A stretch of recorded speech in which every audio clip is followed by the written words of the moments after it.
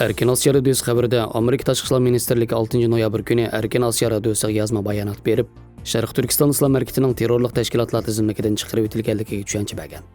Şərqi Türkistan İslam ھەرىكىتىنىڭ hech qachon Amerikaning terrorluq tashkilotlar tizimligiga kirgizilib boqmaganligini, faqat terrorlikni yaklash tizimligiga ilinganligini.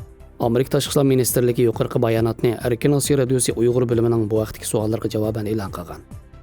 Amerikadagi bir federal hukumat tori 5 noyabr Amerika Tashqi ishlar ministri Mike Pompeo'ning o'tgan oyda Şərqi Türkistan İslam ھەرىكىتى tashkilotini terrorluq tashkilotlar tizimligidan o'chirib etganligini xabar qilib, Mike Pompeo ilgari Xitoyning Şərqi Türkistondagi bostirishining terrorlik qarshi turish emasligi, Xitoyning maqsadi musulmon fuqarolarning e'tiqodi va madaniyatini yo'qotish ekanligini ta'kidlagan.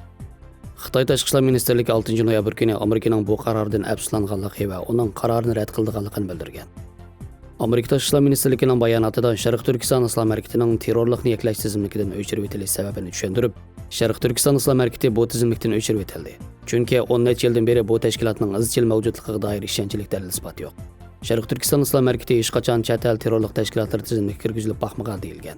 Birleşken Devletler Teşkilatı'nın alohida tekshiruvchisi Ahmad Shahid Birleşken Devletler Teşkilatı'da doklad berib, devletlarni oz sonliq millatlarning diniy erkinligiga buzg'unchilik qilayotgan qonunlarni bekor qilishga chaqirgan. U buningga Xitoyning Uyg'urlarga qarshi atalmish asabiylikni tugutish nizomini chiqarib, ularni keng ko'lamli tutqun qilishini misol qilib ko'rsatgan.